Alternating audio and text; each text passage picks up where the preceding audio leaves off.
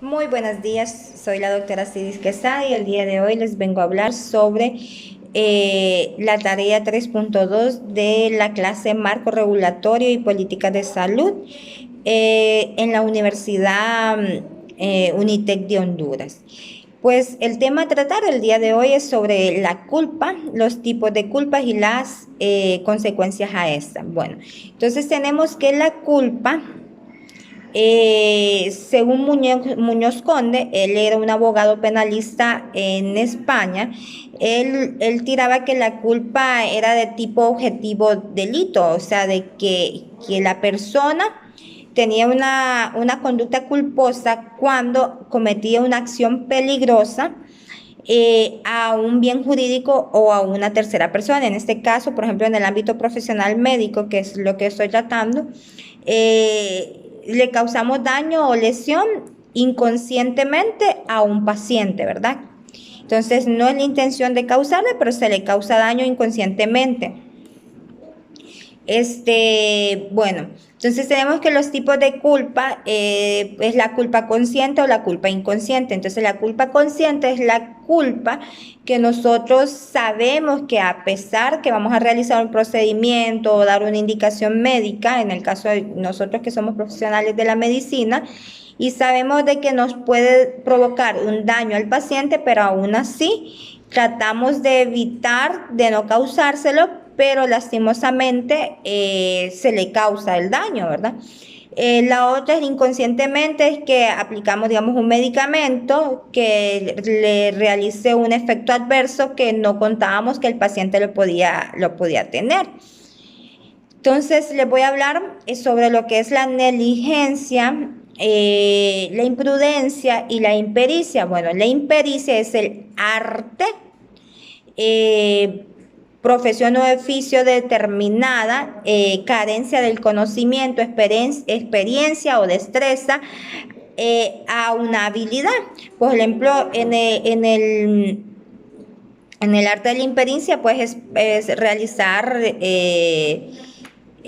cirugías o que, por ejemplo, cirugías o un procedimiento que en ese momento el paciente lo ocupa, pero nosotros lo ponemos como riesgo-beneficio para el paciente y le provocamos un daño, ¿verdad? Al paciente, por ejemplo, una intubación, que generalmente esto los hacen los especialistas, pero en el caso, por ejemplo, acá nosotros, acá en lo que es la área rural, que generalmente en los hospitales públicos solo, la mayoría de las guardias solo tenemos médicos generales, entonces eso puede producirle un daño al paciente e intentando haciendo el bien, ¿verdad?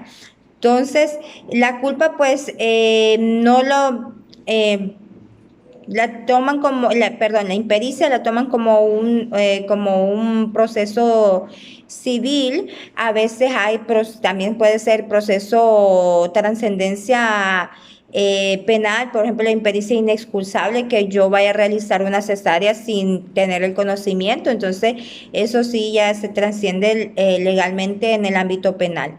La negligencia tenemos que generalmente es el significado de descuido, ocupación o omisión o falta de preocupación por el paciente. En el caso de que yo tenga, por ejemplo, una guardia, tengo un paciente que tengo que estarlo evaluando cada 2 horas, entonces el paciente se me olvida, o sea, tomo un descanso, se me olvida pasarle a las 2 horas visita, le paso hasta las 4 horas y ya el paciente tiene un daño irreversible que por ejemplo, lo pude evitar si en la evaluación previa a las 2 horas que necesitaba, ¿verdad?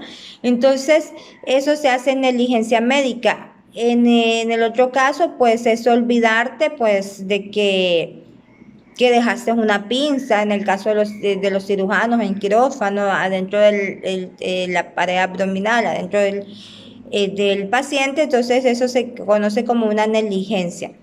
Entonces, ¿cuál es